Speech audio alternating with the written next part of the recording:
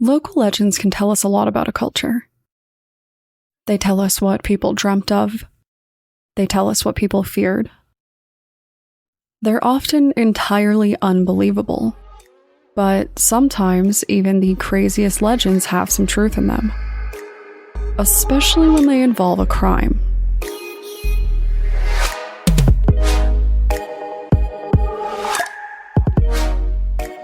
My name is Brienne, and I'm the host and creator of Among the Dirt and Trees, a show where we explore true crime cases that occur out in nature. In today's episode, we're going to discuss the crimes of outlaw James McKenzie, a man who was accused of doing the seemingly impossible in New Zealand in the 1850s.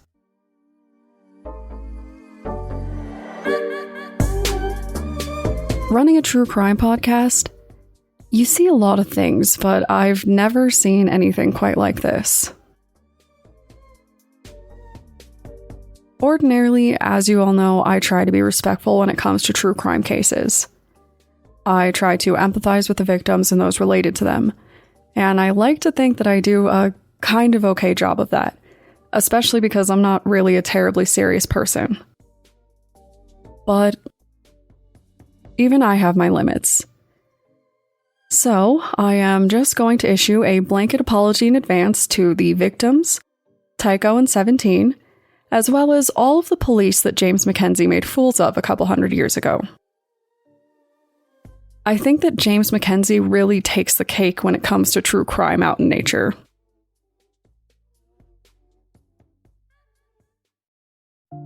It is a fairly well-known fact that the history behind the names of places around the world can sometimes come from unusual circumstances. Some come from explorers and scientists. Some come from families that haven't lived there for hundreds of years. Some come from old stories or rumors. And some come from famous criminals. Located in the center of New Zealand's South Island, you will find a place that is called MacKenzie country. This place is named after James McKenzie, a man accused of committing several absolutely wild crimes. And I think it's even more interesting because he wasn't even from New Zealand. James McKenzie was Scottish, and he turned even more Scottish every time that he ran into trouble, but we'll get back to that.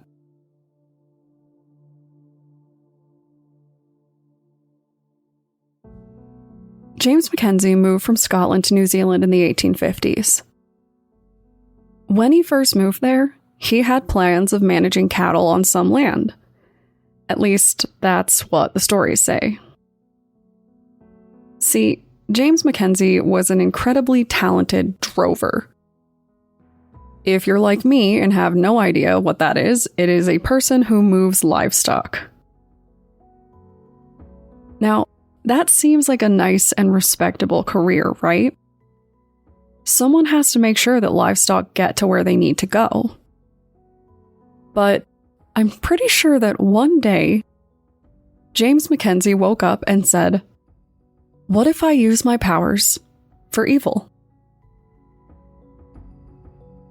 I know what you're thinking. How could someone possibly drive cattle in an evil way?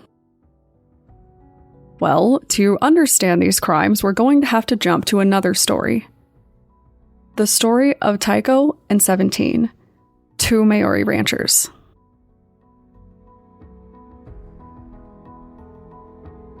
These two ranchers worked on some local property, and on March 1st, 1855, something unusual happened.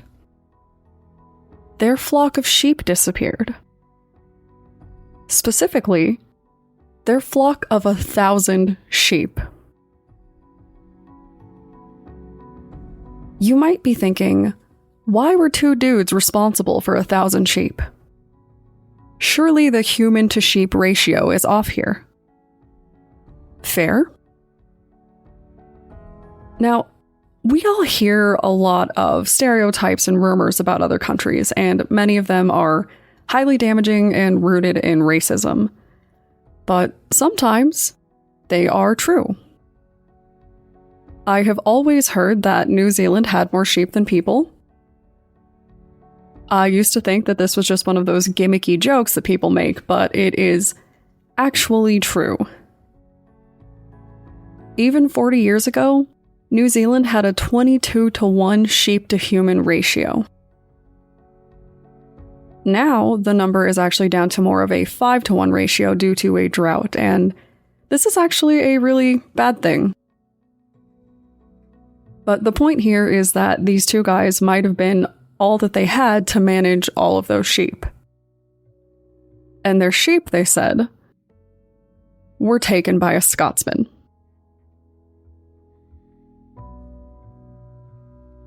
I like to think that when they first went to tell their boss that one man stole 1,000 sheep from the farm, he thought it was some kind of joke, or maybe them trying to get out of work, I don't know. But I'm sure that when he saw that the sheep were, in fact, gone, he changed his tune. See, now, James McKenzie was a rustler, which is a person who raids land and steals cattle. Yes, apparently we have words for all of this. James McKenzie was a very talented rustler, and alone, kind of, with the help of his dog, he took those sheep and he ran.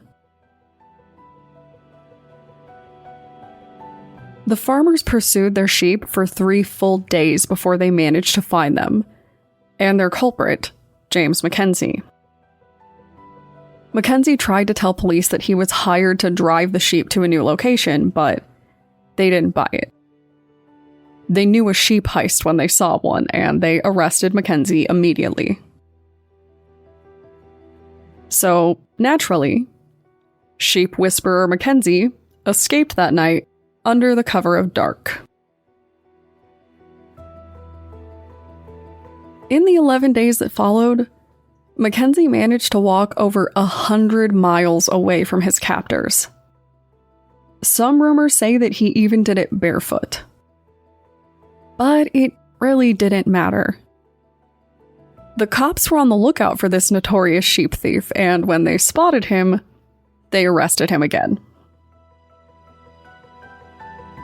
This time, he was taken to prison where he was sentenced to 5 years of hard manual labor. Rumors say that he managed to escape 10 more times, and they just kept on hauling him back to finish out his sentence. Or at least he was supposed to finish his sentence, but we'll come back to that later too.